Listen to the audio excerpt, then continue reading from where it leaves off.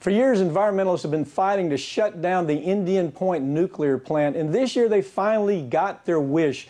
The plant, which opened more than 40 years ago and is located only 28 miles from New York City, has had dozens of sketchy safety events since 2012, from bird droppings landing on electrical equipment and triggering a shutdown to the discovery of damaged and missing bolts holding together the interior of one of the plant's reactors. But earlier this year, New York Governor Andrew Cuomo announced that the state had come to an agreement with the operating company to close the plant facility by 2021. Joining me now to talk about this is long-fought battle, the guy who fought the battle, Robert F. Kennedy, attorney and president of Waterkeeper Alliance. Bobby, why have the environmentalists like yourself been so concerned about this plant for so long? What's been your major concern here? Well, you know, Mike, he'd say it was an environmental from the beginning of the Riverkeeper movement. Actually, it was just an environmental catastrophe on the Hudson. It was killing 1 billion fish a year. It was sucking in 1 million gallons a minute of Hudson River fresh water into its intake screens and just massacring the fish populations of the Hudson River. It caused many of the species to crash at one plant. But more importantly, it posed a really existential threat to the entire region. The plant is only 22 miles north of Midtown Manhattan. Every bit of spent fuel, all of the rods that have ever been used in the plant since it was opened almost 50 years ago are still on site, and they're packed. They were never intended to be left on site, and they're packed denser and denser in these very small spent fuel pools, which are not fortified. They have the structural integrity of a Kmart. What happens if something goes wrong? Are we able to go after? Are we able to go after them? I mean, if you have a catastrophe, who pays for that catastrophe? No, in fact, the nuclear industry what happens there, Bobby? Well, first of all, the catastrophe would be horrendous if those spent fuel pools caught on fire, if the water dropped. The zirconium coatings of the spent fuel rods would combust essentially spontaneously. It would all burn.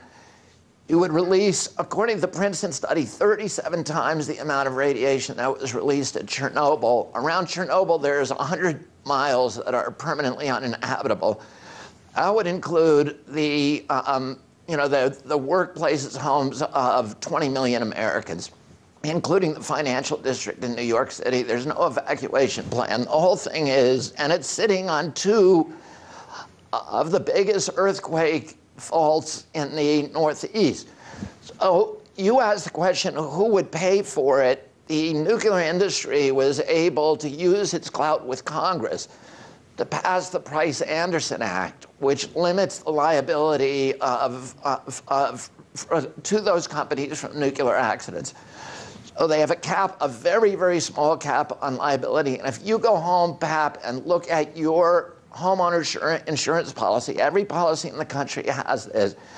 It says this policy does not insure you against an accident or an attack on a nuclear power plant because of radiation contamination to your home. So you are liable. You're self-insured for that. This is the only industry that's been able to externalize its costs. And many people say to me, you know, isn't nuclear power safe? I say, listen, I'm for nuclear power if they ever make it safe and if they ever make it competitive. Right now, it's 10 times the cost of solar or wind. But what about safe? Isn't it safe? The final arbiter of safety is the insurance industry. And the insurance industry has said to nuclear power, you are too dangerous for us to insure. We cannot insure you.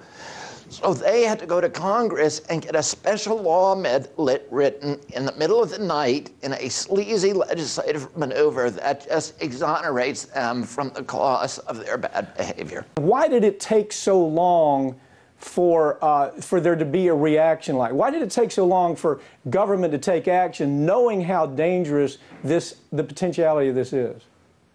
What was the As you know, Pap, these industries are, you know, they own Congress. The power incumbents, the nuclear industry, the coal industry, the oil and gas and pharmaceutical industry. You know, we have a Congress that is working for those industries rather than the American people.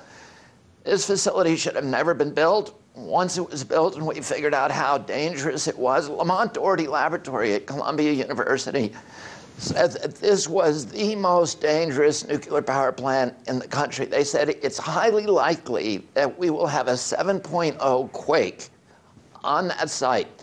You know what the Nuclear Regulatory Commission said to that? Don't worry, we're prepared for a 6.1 quake. That was their only response. And they said, we're not even going to look at it. Let me move to another topic. The union representing the workers at Indian Point criticized the deal, saying there's no infrastructure in place to provide clean, zero-emission energy to New York, and there won't be by 2021. And therefore, this is risky to New York and the surrounding area. We've heard that argument over and over again. Every time the industry wants to say, well, you really need us, we hear this argument. What's your response to it?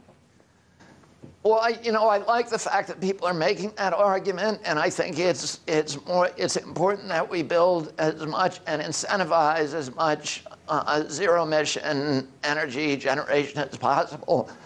The fact is, right now, with Indian Point, we're going to lose 2,000 megawatts. There are already 6,600 megawatts of clean, green wind and solar panel, either being in the final planning stages or under current construction or already built in New York State. We just built 2 years ago at 79th Street a brand new power line across the Hudson River, 660 megawatts. That can carry all of this huge surplus of green energy from New Jersey, from the whole PMJ grid, Pennsylvania, Maryland, Jersey, 13-state grid, which has an abundance of clean energy. We could, if we wanted to, we could power all of New York from that energy. In addition to that, Bobby, I've got about there's a lot of other sources I've got about 30 energy. seconds. I've got about 30 seconds. There's also this major issue with spent fuel being stored in storage pools. What's the plan to deal with that nuclear waste? I got about 30 seconds on this. The plan is that there is no plan. I mean, the plan is that the likelihood is it's going to be permanently stored at Indian Point.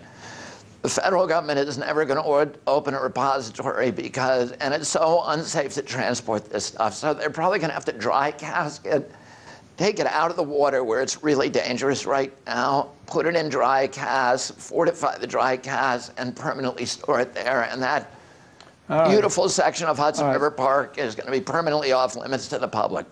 Bobby, thanks for being out there. Thanks for another successful fight. This fight is not over, as I'm sure you're aware.